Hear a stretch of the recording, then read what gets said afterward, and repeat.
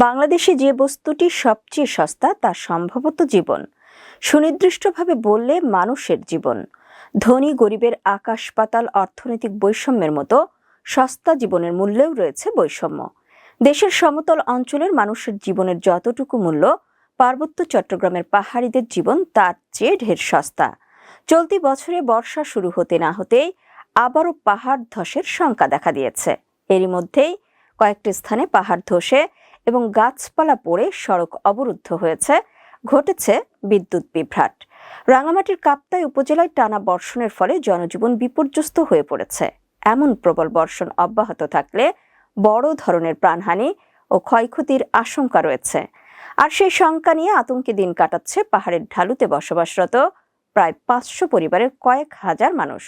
বিস্তারিত দেখুন ডেস্ক রিপোর্টে।